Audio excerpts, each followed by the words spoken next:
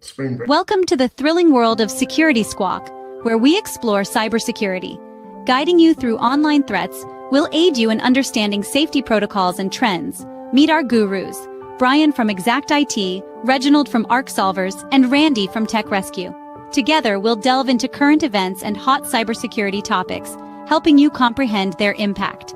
Stay informed, stay secure. Security Squawk, the business of cybersecurity. Buckle up, let's dive in. What's up, everyone? Welcome back to the Security Squawk podcast. I'm Brian here with Andre and Randy. What's going on, guys? Hey, good morning. We got some good weather over here. How about you? It's like 36. It was like 36 degrees this morning over here in Texas, man. Really cold. But it'll be like 100 from here on out. We had like a freight train run through last night, and there's all kinds of power outages and stuff. I don't even want to talk about it. I'm lucky I have power. I have my home and my office. Thank God. Like crazy. Like everyone else around here has no power. It's wild. Dang. So, all right, guys. Interesting show today. Three very different, but I think very interesting stories to dive into in the world of cybersecurity. If anything, should pique your interest in what the hell's going on out there, because, man, like it's not just AI that you got to worry about, and you got to worry about that for sure, but you got to worry about all the old stuff that was going on too, and then you got to worry about people on the inside, like the guy your company hired to negotiate your way out of a ransom attack, and he was the same guy who launched the attack in the first place. And it's not the first time we've heard a story like this. This is actually the third one in a very short period of time. So we're going to dive into that today. And, this stuff should make every business owner genuinely uncomfortable. I mentioned the negotiator secretly running the attacks that he was being paid to stop. We got an Iranian hacker group that we're going to talk about today that wiped 80,000 corporate devices in just 3 hours with no malware, nothing. So we're going to get into that. We're going to tell you how that happened, how easy that was, and that should open your eyes to how seriously companies take cybersecurity these days. And then a new survey showing that 77% of industrial companies, guys, got breached in the last 12 months. And we're hearing reports of a certain nation state hitting a nuclear facility in a European country, which is very much related to what's going on here. And a lot of these organizations didn't even know it for a very long time. So we're going to dive into all of that stuff today. And I want to jump into my story first, guys, and that's the ransomware negotiator story. All right. Let me That's the wrong slide. I know it is. I don't know why that one popped up. We talked about that in the green room. We did. So here's what happened, guys. A company called DigitalMint, they were based out of Chicago, and they specialized in ransomware incident response, right? And I got a lot of feelings about this, as I talked to you about in the green room, right? When you're, number one, when you're given an opportunity like ransomware incident response, and I know a lot of my friends who are watching this is really going to hit home to them and resonate with them. That is such you have to have such a high level of integrity when you're given that role and opportunity. The responsibility there is great, because you're dealing with a situation where people need you. They have no idea what's going on, and they're putting their 1,000% trust in what you're doing and your ability. And what I'm about to go down in this rabbit hole with you guys today with this story is just mind-blowing, that somebody is, quite frankly, this calculated and lacks empathy for the victims, that you would go to this level to do this. It's just wild. So, think about this. When you're a company, you get hit with ransomware, you don't know what to do. So you call a firm like DigitalMint, right? And this company, well regarded, maybe recommended by an insurer that you're insured by, they send somebody that they're vouching. This is our guy. He's the guy that knows how to talk to these Russian hackers, right? And they send them in to talk to these cyber criminals with the goal to try to reduce the ransom demand. And they also are the ones who practically guide, if they're not guiding the victim directly, the people under the ransomware attack, they're guiding the team that's guiding them, right? So they're working with, say, an attorney, a breach attorney, right? And they're talking to them, and they're guiding these companies through these incidents. And the entire business model is built on trust. Like our entire business model is built on trust. But when you're dealing with incident response, it's really built on trust. And it blows my mind that companies got this deep into this business. Yep. Look, there's not a lot of this out there. So if you're one of the lucky ones that have gotten incident response business, especially through, and I'm not talking about having guys show up and like unplug computers and stuff. I'm like talking about guys that actually do digital forensics, incident response, like high level stuff, not just unplugging the computers. There's two types of incident response things out there, right? I'm talking about the guys that go in, figure out what happened, and start the negotiations. And this week, federal prosecutors unsealed charges against Angelo Martino. And I know guys that know this guy, and they're pissed that this guy was running around doing this, because this guy was trusted. And he used that trust not only to get this kind of negotiation business, but then he used it to then take advantage of these organizations. So he was allegedly running these ransomware attacks himself. He used, just like we talk about on this show all the time, he decided to become an affiliate for ALPHV BlackCat ransomware group. He was able to facilitate 10 attacks that extracted $75 million in ransomware payments. 5 of the victims hired DigitalMint for help. So he was responsible. Let me get this straight. He did 10.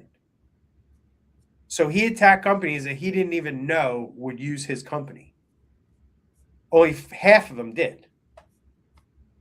So out of the half of them, after the 5 of the 10, it's known that he's gotten $75 million. What did he get from the other 5? So DigitalMint assigned Martino as their negotiator, and he was sitting across the table from his own victims, literally telling them, this is what we're negotiating, and he's the negotiator. How do you feel about that, guys? I mean, it was he did have a good 75 million reasons to do it.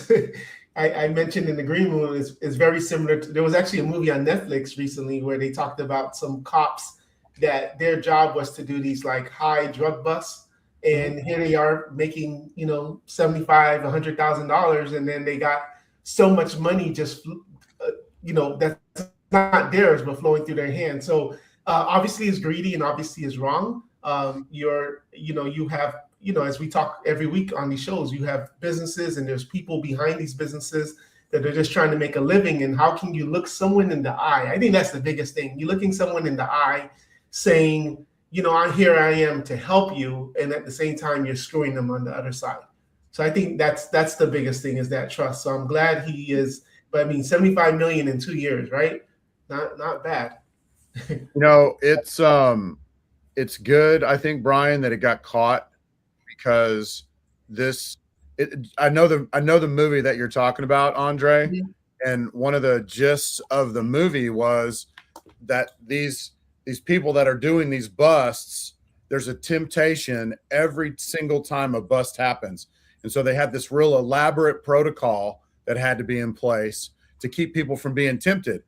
This company didn't have, apparently, that elaborate protocol, or this guy just went rogue on his own. So it's good that he got caught, because that sends a signal out to someone else out there who's maybe thinking about doing something like this. I mean, that's the reality. Any one of these negotiators could do this. Any IT company could do this.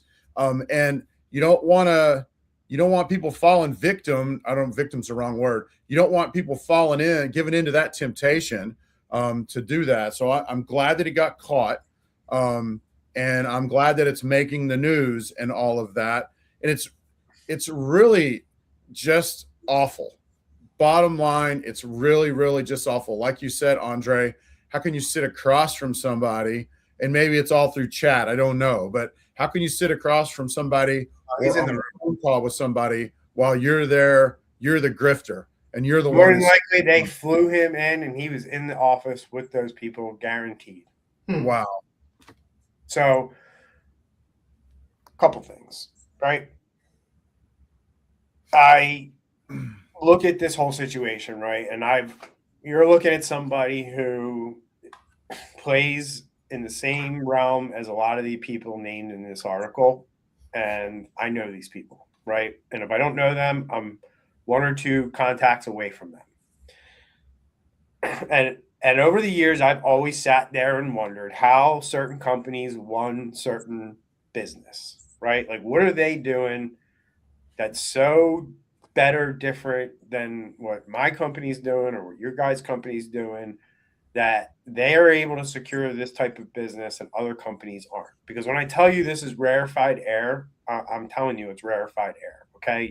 Not a lot of people get to do this stuff. Right. So how do you get the trust level that high with people? It's a really interesting phenomenon. And I think a lot of people are asking that question in a lot of different places in today's world, right? With what's going on out there. Like, how did these people get this stuff, right? That's a big question. Because Randy, what you mentioned there was like, hey, there's got to be something, and there is something. The something is that you have what we've seen in IT and cybersecurity is going on. It's been going on for 20 years. It's still going on today. And this is just another sample of it, right? It's immature companies who get really big or get a lot of business really fast, and they can't handle it. This company, quite frankly, as a compliance expert and as an auditor, I can read an article and go, well, they didn't have a separation of duties policy, or they didn't have it well exercised enough to realize that they had a dude that had way too much information and way too much leeway with things once he got involved. Right. And that's where this company failed. I'm also going to go down another rabbit hole with you here. All right. Andre, I agree with you with what the hell is this guy thinking, and how do you look these people in the eyes? How do you look a nonprofit in the eyes that paid $27 million? A nonprofit. Wow. Their negotiator had given the attackers their internal communication to maximize what they could squeeze out. Yeah. So he wasn't trying to help the nonprofit. He was trying to help the criminals get more money from the nonprofit. Agreed, man. And his justification probably was going to be, oh, it's insurance money anyways, you know? Let's not just pick on Martino, right? Because at the end of the day, when you start looking at this whole entire thing, it really is the company. Yeah. Kevin Martin, who was already pleaded guilty in December, was a co-conspirator who was also a DigitalMint negotiator. And a guy from a completely separate firm called Sygnia, right? These are the three guys that were involved with this scheme to become BlackCat affiliates and then start finding people to attack companies. And once they had access, contact us, and then we'll get in contact with BlackCat, and we'll hit them with ransomware. If you're not smart enough, this is going to sound bad, but if you're not smart enough to pull off the attack yourself and have to use an affiliate to pull off the attack, you're going to get busted because you don't know how to fly under the radar. Am I right? Like, Yeah. This was going to happen for sure. Oh, yeah. And if anybody else out there is using, BlackCat's never going to get caught, but these guys are. Yes. Yeah. So anybody in the middle, right? Any ransomware affiliate or any genius who thinks I'm going to be an initial access broker, like they don't care about you, right? That's right. Like, they have the protection of their country, from being prosecuted and arrested. Right. Most people that are doing this, like these guys, are in the United States. They're going down. Yep. Right. So, but I got to say, well, one thing, if you're a business owner, right, this screams like incident response plan. You need to have one. And who is my incident responder on retainer? Because you need to figure that out. Don't let somebody tell you who it should be. Figure out who you want to have come in and get your back when the shit hits the fan. Do you want that to be a stranger you don't know and end up like these companies who got nailed by these three guys who were completely unethical? And then you got to go back to the company, right? I mean, our number one core value at Exact IT is integrity. It always has been. And people are like, oh, you can't. I remember we used to go in these business coaching things, right? And they'd be like, oh, you gotta build your culture, write down your culture. And then every IT company would be like integrity. And then every IT company says integrity. Pick something else. No, you need to have integrity, number one. And you need to state it. And that has to be. Like, if you're an IT company, your number one thing needs to be integrity, or some word that is a synonym to it, because you're being trusted with technology. AI companies, same way. Integrity. Do this shit the right way for humanity, people. Come on. Yeah. So we're going to look at this company before we end this segment, guys. This guy, CEO, right? We had no idea we terminated them. We cooperated with law enforcement. Okay, great. You had two people in your company running a ransomware scheme. Not one, two. Mm-hmm. And your CEO is out here saying, well, this all runs counter to our values.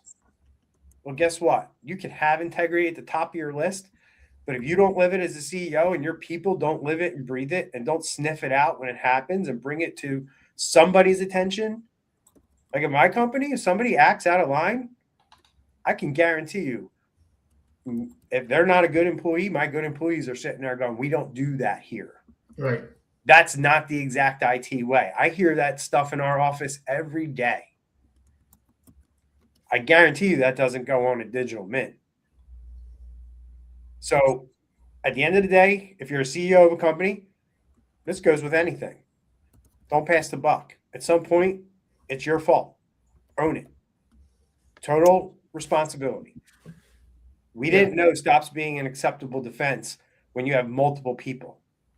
I'm always going to say this. When your people screw up, you can't be like, as the person who hired them, you can't be like, well, we had nothing to do with that. You hired them, then you take responsibility. You assign victims to them, you take responsibility. That's on you. So that's it. I'm done. That's my rant. Off my soapbox. This is the most horrible thing I've ever read in our time being cybersecurity people. Like this makes my stomach turn that this went on, and it annoys me. So I'm glad we talked about it. I'm glad we brought it to light. But at the end of the day, IT companies, like, you can't do this stuff, and if you do, you need to pay the price. Well, I think what the CEO put that statement out, because now he's like, holy crap, I'm going to have to pay the $75 million back, to all these places. So I'm sure he's worried about that as well. Something's going to happen. Yeah. So, Randy, you good? I'm good. I just had to cough. All right, man. Well, we're rolling into your story now, my friend. So this was an interesting one, because if you didn't cover this one, I was going to take it. But yeah, the second I saw it, I'm like, I got to get it out there before Brian takes it. But it's fascinating and genuinely alarming in every way, right? I'm just going to start off the segment by saying Stryker is one of the biggest medical device companies on the planet. I didn't ever even heard of them until this event, and I looked them up, and I was like, oh my God. Like, they've been around forever. You know, the fact that they came up with this name in like 1940 something was like, I was like, oh wow. I was like, that's pretty cool. Like, yeah, everything about this story was cool, other than the fact that Randy, their cybersecurity is probably not so great, right? Yeah. So basically what happened here, short story long at the beginning, the too lazy didn't read, bad guys got in to their 365 of Stryker and were able in 3 hours, were able to wipe 80,000 devices remotely. So there's a lot more behind that. Between 5 and 8 in the morning too. Yep. After hours. I'm going to talk about that in a second here, because that matters. But this is a group called Handala, which is, you know, they appear to be a hacktivist group. Handala was a victim in one of the battles in or whatever over in Palestine. So, you know, it's that's kind of their name. But short story long, most likely it's a front for the Iranian security and intelligence, basically the Iranian version of the CIA. And as we all know, war is going on over there. And this is just, well, this is a matter of them basically retaliating, is what it appears like. And if you go all the way back when the Ukraine war started, we had a whole show and we talked about this. This is a reality of the world we live in. When there are kinetic battles going on, that means there's actual planes and trucks and tanks and all that jazz and bombs and this and that. When there's a kinetic war going on, there's going to be a cyber war that goes alongside of it at the same time. And that's appears to be what happened here. So basically what happened was, I'm going to kind of say a couple things. Maybe it sounds easy. And I know people are saying no malware needed, but they were able to get into the 365, and then they created their own global admin. And I know, Brian, I know your brain's going crazy right now because there's a lot between the lines here.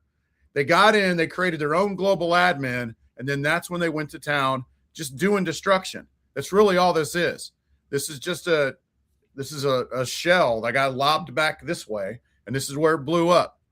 So I got to ask some questions about that, though, because the official press release is no evidence of malware. I literally read that, and I was like, whoa.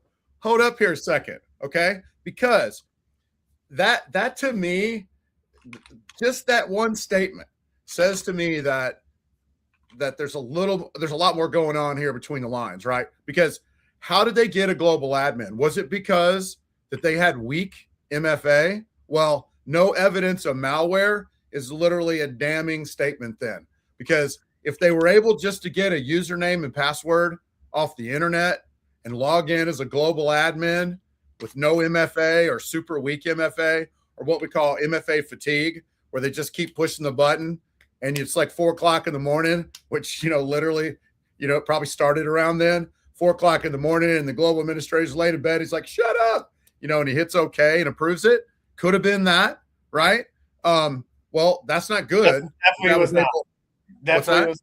I already know for a fact that was not the case. Right. And so if that's not the case, then it's probably a case of what's called a session token, which means you're logged in over here. It creates a little cookie. You steal the cookie. You use that cookie, which has all the, basically it says I'm logged in. It's like your front door pass. And then you use that to create another global admin. Well, what did I say going into, like, what was it, 2024 or 2025, that we got to get rid of these session tokens that can just go to any device on any IP address anywhere in the world. So maybe it was that. Okay, so if it was that, that means they had to get on that device, or that device had to be somewhere that was super duper exposed. where they were able to get it over the internet or something like that. So I don't know. What I'm thinking is it was a phishing attack and they were able somehow to get it then, which is a little bit more than just no evidence of malware. And then a couple other things I want to say, and then I'll turn it over to y'all. And I have a couple questions to think about here. So first off, new global admin created. Why did all the alerts in the world not go off when that happened? When a session token went from, Lawrenceville, Georgia or whatever, and all of a sudden it's popping up in New Jersey 2 seconds later, or overseas 2 seconds later, why was that account not immediately shut down? Why didn't alerts go off like crazy? After hours, people might say, well, it's after hours, all the staff was sleeping. That kind of stuff should be automated. That should be automated. It shouldn't matter. You ought to have a human that's looking over it. If you need to get a third-party service, go for it. But you ought to have a human looking over it 24/7. Should have blown what I call blown all kinds of gaskets. Man, all kinds of alerts should have gone off when this happened. And you're like, well, it all happened in 3 hours. Okay, let's say no alerts went off when the session token jumped from Georgia to Spain. Let's say no alerts went off when a brand new global admin was created. Well, alerts should have gone off when devices started wiping. No IT company in the world wipes 80,000 devices all at once. That should have been flagged as an anomaly or something like that. And then, I'm wondering also, could they maybe have got in through some kind of service account that had an extra amount of privileges? First off, I know of rogue apps that are out there that if you allow them onto your system, then the bad guys can basically shoehorn themselves into creating global admins.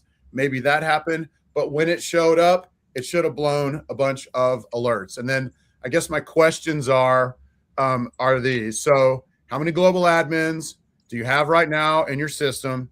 Are your global admins protected with phishing resistant MFA, which means tied to the device it's on, tied to biometrics, can't be taken overseas or whatever, or to another state or city? Can anybody create a new global admin in your device and it not blow a bunch of gaskets? And are you monitoring for those new global admins? Those are just some of the questions that I thought of, and I want to hear what you guys think about this. Yeah, I mean, this is just so much. This hacktivism is just so much more dangerous because, it's one thing if they've locked 200,000 of your computers and you pay a few $1,000,000 to, the same guy negotiating with you, as we talked about in the last article. But when you're talking about now 200,000 computers worldwide, and now you need to have boots on the ground to, in a sense, reinstall the operating system, I think that's even more painful. And, again, I know you said it's regarding what's happening in the world. So if your company is dealing with any type of things happening on that region, this is just another reason why you need to make sure that you're everything that Randy said. I mean, we ourselves have, like you said, Randy, these simple tools. Well, first of all, if a global admin is created, we get an alert. And because if that global admin tries to log in outside of certain IP addresses, it automatically gets blocked. So, like layers and layers of security. So this is just crazy that it's happened. But, and again, what's even crazier is that it's not something that this company can now just pay for the problem to go away. They now have to just redo 200,000 computers. That's going to take almost a year, I would think, to get back up and running. Yeah, it's going to take a long time, no doubt. So, super interesting conversation and topic. I'm just going to kind of leave it because you guys kind of hit it all, but I'm going to leave it with one simple piece of advice for business owner. If you want to find out if this could happen to you, just go to your IT guy or MSP, whoever, and ask them this simple question. Do you have the ability to wipe our devices? If the answer is yes, then so do the cyber criminals. And to kind of respond to that, so the answer is yes, in that tools are available and they're a part of, in this case, 365. are available to do that. And then you got to ask yourself, it's like having a circular saw. You know, can a circular saw cut your fingers off? It can. If you're not doing it right, it can also cut a board in half, which is what you wanted in the first place. So, you know, you've got a very strong tool. Sometimes you have to remote wipe these devices.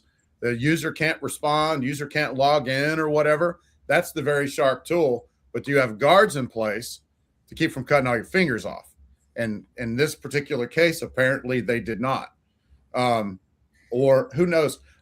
It's crazy. I understand with an Intune tenant that's this large comes a lot of complexity, right?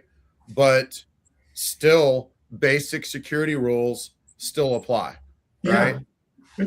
Our little 10-person companies, we're doing this stuff. Like, so how in the hell does a company with all of these devices don't have that in place? It just doesn't make sense, man. No, it does not at all. So, you know, it just goes to show you, like, again, I'm going to say this till the cows come home. Just like in professional sports, right? Not every team has a roster of superstars, right? You agree, guys? Like, not every team has a roster of superstars, right?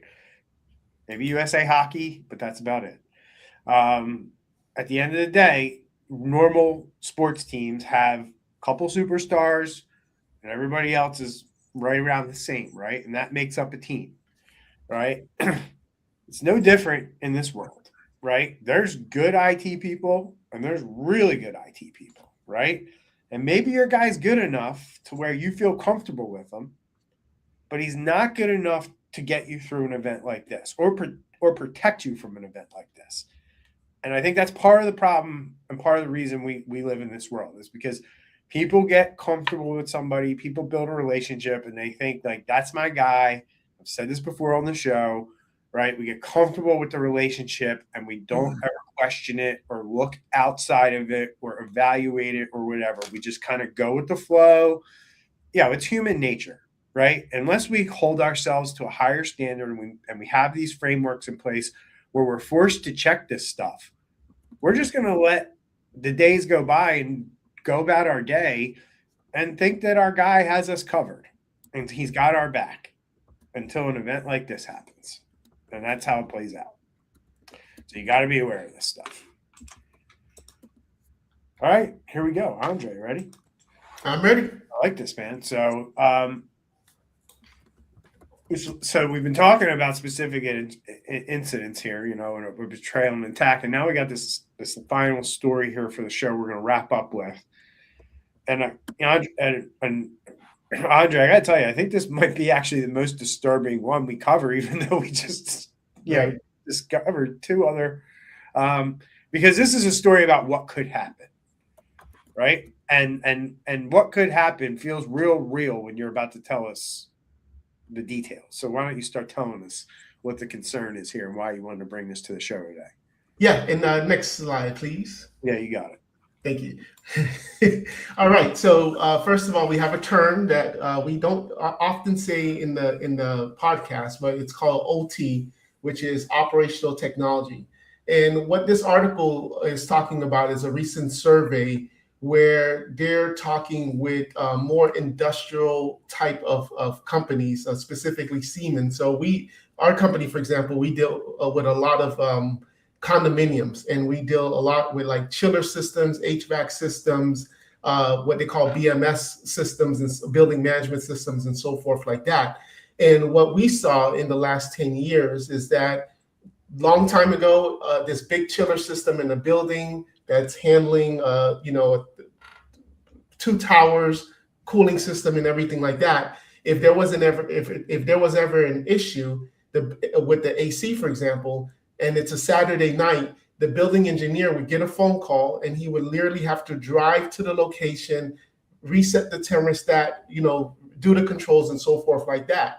And now, as technology has improved, these companies, these HVAC companies, what they've done is they said, oh, okay, let's add a network card to these systems, plug it into, the internet. And now the building engineer, if it's Saturday night, he doesn't have to drive all the way to the building to do the controls. He can just control it from the internet. Just do a little port forwarding or open up a port or whatever the case is. And let's just go ahead and keep that same admin password that he always uses. Not a big deal.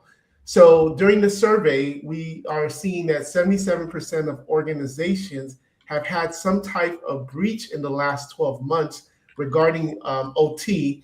And unfortunately, 41% of these attacks are believed to go undetected. And what happens there is you have machines stop working, the building stops functioning. I remember there was a local company, for example, where when their system got compromised, the AC was just set. If it was at 75, for example, they even if they were physically in front of the machine, they couldn't because the whole system was compromised. And once they get in, like how we saw with Target, right, many years ago, once you can get into that weakest point, then you can then go laterally across the network. So this is just another point of entry.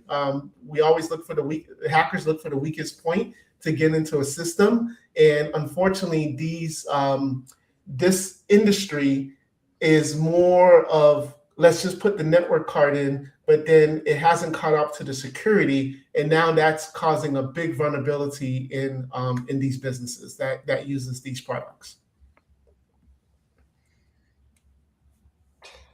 Yeah, and then this is an industry that claims that security is at the top of board agendas, according to a recent survey. Yet 77% still got breached. Mm-hmm. So, folks, CEOs in this industry, there's a gap between what's being said in the boardroom and what's actually happening and what's getting funded, implemented, and maintained at what Andre said, the operational level. So, I don't know if there's CIOs and CISOs struggling to get what they need, or it's a situation where they don't know what they need. So they don't know what to ask for. Yeah. And you got to figure that out, because I've seen both. I've seen it where I've walked into situations in a hack company and you're talking to the CISO and you're like, hey, you got hacked this way because, and we've been trying to get that in place, right? And they won't give us the funding. They won't give us enough people to run it, right? That's a conversation that happens all the time. The other conversation that happens all the time is you walk in and you ask questions to the CIO or CISO, and you can just tell that they're clueless. They're completely unaware that thing existed and could be a vector for an attack. Right. And that happens too, right? And you have to figure out what you have, which is why you need to have your team audited, whether it's inside or outside. It's very important. Not a lot of people want to do it because they feel like, it's a violation of that relationship, that trust that's supposed to be there. It's not. You're just reinforcing what you think you should do, and you're doing the right thing for all the other employees in your organization. Yeah, and sometimes it's not, even if it's a smaller organization, we're just talking about the cameras, the building cameras, the door access systems. Now you can unlock the door, or see who's in front of your office, if your warehouse systems, medical devices. So it's all of these devices that have modernized to be on the internet, but then the manufacturers also haven't done, like we did an article the other day where they stopped doing updates, right? Remember that one where these medical devices stopped doing updates, but they were working perfectly fine. And then that was another way for bad guys to get in. And I would also say, I know personally of a ton of IT professionals out there who feel like they're between a rock and a hard place. And from what I've learned talking to them, the ones that are able to get the money put towards these kind of things, they have to learn how to speak the lingo of the CFO, because this becomes an organization, like this could be an organization ender. This could be a risk conversation. Yes, it is a risk conversation. And then, we see a lot of private equity firms come in here in a lot of these situations, and I'm not saying all, but we see a lot of times it's more of extracting value than putting money back in. But even in that situation, this is still a conversation. Even in the situation of private equity, this is still a conversation about risk, about a business ending risk that needs to happen. And I would say if you're an IT director at one of these companies, go to your ChatGPT and say, hey, help me learn the lingo of my CFO. Help me learn, what pushes their buttons. How do I push the buttons in light of private equity? And then go out and have a dang beer and build a relationship. I just hear that over and over when I'm talking to people that are IT in these companies. I'll give you the other side of that, right? Because obviously we talk to like I mentioned, you can talk to a CISO in an incident and be like, what happened here?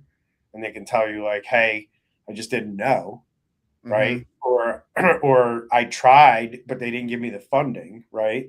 So if it's that case, I'm going to say, I don't know, more than 60% of the time, somewhere between 60 and 80% of the time, 80 might be a little high. There's a discourse, because when you talk to the CFO or the CEO and you're like, hey, talk to Joe. Joe said he recommended this thing and you guys didn't want to do it. And I'm going to tell you, if you had that thing in place, you wouldn't be sitting in the position you're in today. And a lot of times I'll hear back things like, oh, well, they didn't understand it was a risk conversation. It was like the guy was just asking for more software, more tools. It was another expense. And that's where the disconnect is, right? And that's what Randy's asking you, to kind of close that gap and understand that it's not a technical conversation. And it's really hard for technicians to get around that and understand that, hey, the tool can do this and it can do that. It can block that and it can respond to this automatically. No, that's not the conversation. The conversation is, when shit goes down, we're only going to be down for 2 days and we'll be back up and running. And we won't have to pay the ransom. But we need to have these 3 or 4 things in place. Otherwise, we're never going to be there. Yep. You want to drive them to that place where they feel safety. Not, hey, it's going to block this or stop that, or that's just, okay, great. Why do we need to worry about that? Well, the worry is the business is going to get shut down. Awesome. Any thoughts? I don't think people take pride in their work anymore, man. They just want to collect that check. Like for me, I'm thinking, I guess, different as a business owner. If my client gets ransomware and I know I could have done more, that's my name. That's Arc Solvers' name. Like we're going to be like, the laughing stock of South Florida. That's the last thing I want, is an article about this company got hacked and this MSP or whatever lawsuit happens and things like that. But I think nowadays it's just like how we talk in the green room, just go to the next buck, whatever. I'll just, and I mean, even if you are the IT director and your company gets hacked and now you go to, you move on from that company, everybody's going to be like, why should we hire you? So I don't get it, man. Yep. 100%. Good points. All right, guys. Great stories, great conversation this week. I think one thread for me goes through all of them, and that the tools, the people, and the platforms that you're trusting to protect you are the exact things being turned against you, right? We use that term all the time on the show, living off the land. Like that's what these guys are doing now to the T, right? They're getting in there, they're figuring out what you already have, and they're turning those tools against you before they install anything else, right? You got a ransomware negotiator as an attacker. You got a device management platform that was the weapon. Your vendor's remote access credentials were the front door. These aren't technology problems, folks, and these things aren't going to get solved with another tool. It's trust. It's accountability around the people and the processes that are running your security. So it's time to start asking the harder questions, because all these events that we're seeing require that. You got to ask questions of your vendors, of your IT team, of your incident response firm. And honestly, of your own leadership. The threats are sophisticated, and with AI, they're only going to get worse. The attacks are sophisticated. With AI, they're only going to get worse. Guys, the other day, Firefox has been around for how long? The 90s. Humans have been looking for vulnerabilities in Firefox for how long? Well, they just ran code against it the other day, and it found 500 in one pass. Wow. And 0 days are things that weren't discovered by humans before that. And whose data just ran it? Firefox hopefully ran it, or Firefox worked with Claude to do this. Wow. Okay. Good. 500 vulnerabilities inside of Firefox. Gosh. Yeah.